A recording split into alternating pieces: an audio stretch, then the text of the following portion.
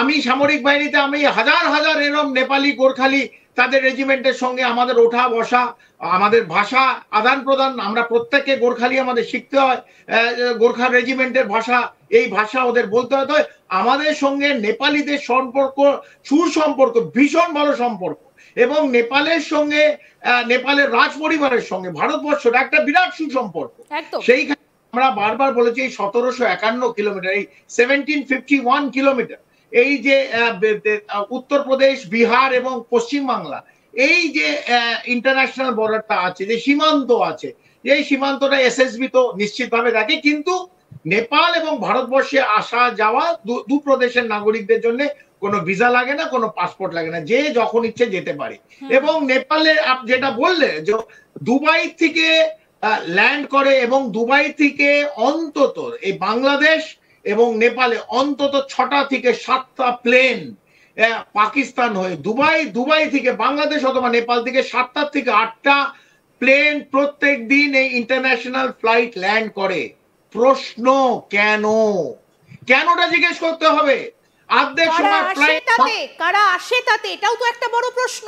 একদম ফ্লাইট খালি আসে, কিন্তু কেন আসে, কয়েকজন আসে। এবং যেটা উনি বললেন যে আইএসআই এটা একটা ঘাঁটি, যারা নেপাল নিয়ে কাজ করেছে, কারণ আমরা দীর্ঘদিন নেপালে ছিলাম, আমরা নেপাল জানি নেপাল কিভাবে কাজ করে। এটা একটা আইএসআই বড় ঘাঁটি, কারণ বাংলাদেশ অথবা অন্য কোনো দিয়ে ইনফিল্ট্রেশন করতে হবে, অনেক ডিফিকাল্টি। নেপাল দিয়ে, নেপালি সেজে অথবা যে কোনো ভাবে ভারতীয় সেজে পাসপোর্ট নিয়ে, আধার কার্ড নিয়ে আরামসে ঢুকে পড়ো। এবং আমরা জানি বিহারে এই কয়েকদিন আগে 3 জন জৈশে মোহাম্মদ ঢুকেছে, আজকেও ধরা পড়েনি। তারা কোথায় আছে, কি করছে, কি অঘটন ভারতে ঘটাবে আমরা জানি না। তাই নেপাল যে একটা পরিষ্কার, জিওপলিটিক্যালি এত বড় বড় আমরা কথা বলি, ভারতবর্ষে এত বড় বড় ডিসকাশন, এই আমার ছোট নেপালি ভাই কি মানে সহজ ভাষায় জানিয়ে দিল, যতদিন না নেপাল কন্ট্রোলে করতে পারবেন ভারতবর্ষে আঘাত আসতে থাকবে। যতদিন না বাংলাদেশ কন্ট্রোল করতে পারবেন ভারতে পূর্ব উত্তর পূর্বে অ্যাটাক আসবে। পরিষ্কার করে বলে দিচ্ছে, এর থেকে আর পরিষ্কার কি হবে। এবং এই যে নেপাল তো একটা হিন্দু রাষ্ট্র, আমরা জানি যে নেপালের রাজতন্ত্র ছিল। এখানে রাজতন্ত্র, তবে হিন্দু রাষ্ট্র তো নিশ্চিত। রাজতন্ত্র ফেরার জন্য নেপালে যে সংবিধান, আমি সংবিধান থেকে বলছি, নেপালের সংবিধান বলছে যুক্তরাষ্ট্রীয় গণতান্ত্রিক প্রজাতন্ত্র। অলরেডি কনস্টিটিউশন নেপালের সংবিধান চেঞ্জ করে এই 3টে ওয়ার্ড ওরা করেছে, যুক্তরাষ্ট্রীয় গণতান্ত্রিক প্রজাতন্ত্র। তার মানে হচ্ছে ফেডারেল রিপাবলিক ডেমোক্রেটিক। যখন সেখানে রাজতন্ত্র ফিরে আসতে পারবে না। বহু সংখ্যক, যেটা আপনি বললেন, হিন্দু রাষ্ট্রে তো ইন্দিরা রাত্রিরে কেউ গিয়ে পশুপতি মন্দির, যেটা প্রত্যেক নেপালির মুখে না বুকে আঁকা আছে, সেইখানে কেউ এই মন্দির ভাঙতে যাবে তো কারা যাচ্ছিল? এটা সিআইএ এর প্লট না আইএসআই প্লট? কে আগুন জ্বালিয়ে দিচ্ছে? কে এগুলোকে মেরে দিচ্ছে লোকদের? কে 20টা সাধারণ নেপালি ছাত্র যুবকে গুলি করে মাথার মাঝখানে মারলো? কারা? নেপালে তো কোনো লোক মারতে পারে না। তাহলে এরা কারা ছিল? চিহ্নিত করা হোক। এই ধোঁয়াশা, এই ধুলো, এই বোমের আওয়াজ, এটা আস্তে আস্তে যত পরিষ্কার হবে বোঝা যাবে এর পেছনে কারা ছিল।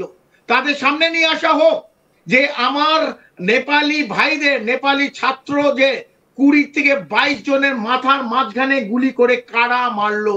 এটা সাধারণ মানুষ তো হতে পারে না, নেপালি পুলিশ হতে পারে না। নেপাল পুলিশ তো ছেড়ে দিয়েছিল, বলে আমরা আমাদের নিজেদের যারা নাগরিক তাদের উপর আমরা গুলি চালাবো না। তো এই গুলিটা কে চালালো তার উত্তর আমরা চাই। কারণ আবার যে পরিষ্কার, যদি নেপাল উত্তপ্ত থাকে, নেপাল জলে, নেপাল অস্থির থাকে, কর্নেল চৌধুরী এখানে প্রশ্নটা যে সাধারণ মানুষের হাতে যদি দিয়ে দেওয়া হয় বন্দুক, তারা কি গুলি চালাতে সত্যিই পারবে? না, পারবে না। এবং এই যে পুরো আপনি যদি ইন্দিরা দেখেন যেভাবে টেমপ্লেটটা হয়েছে, কেউ সংসদ ভবনে যাচ্ছে, কেউ মন্ত্রীদের মারছে, কেউ রাস্তায় করছে, কেউ পোখরানে যাচ্ছে, কেউ বিরাটনগরে হচ্ছে। এদেরকে ট্রেন করা হয়েছিল, এদেরকে গুলি চালানো, বন্দুক চালানো শেখানো হয়েছিল? না, ট্রেন না, দেয়ার ইজ এ গ্রুপ যারা এই হয়তো এই যে গণ অভ্যুত্থান হয়েছে, যে রাগ ছিল, দুর্নীতির রাগ, এই ইনকাম বৈষম্যর রাগ, এটার জন্য প্রচুর লোক হয়তো নেমেছে, এটা অনেক দিন ধরে চলছে নেপালে, 8-10 বছর ধরে চলছে, আমরা দেখছি বারবার হচ্ছে। এই রাগটাকে ইউজ করে, এটাকে ইউজ করেছে, এটাকে প্রভোক করেছে, এটা ক্যাটালিস্ট হিসেবে ইউজ করেছে। সে যারা ইউজ করেছে এবং টাকা পাম্পিং করেছে, এর মধ্যে এই ভিড়ের মধ্যে তুমি 2000 লোক ছেড়ে দাও আর 500 লোক ছেড়ে দাও, সরকার করে দেবে।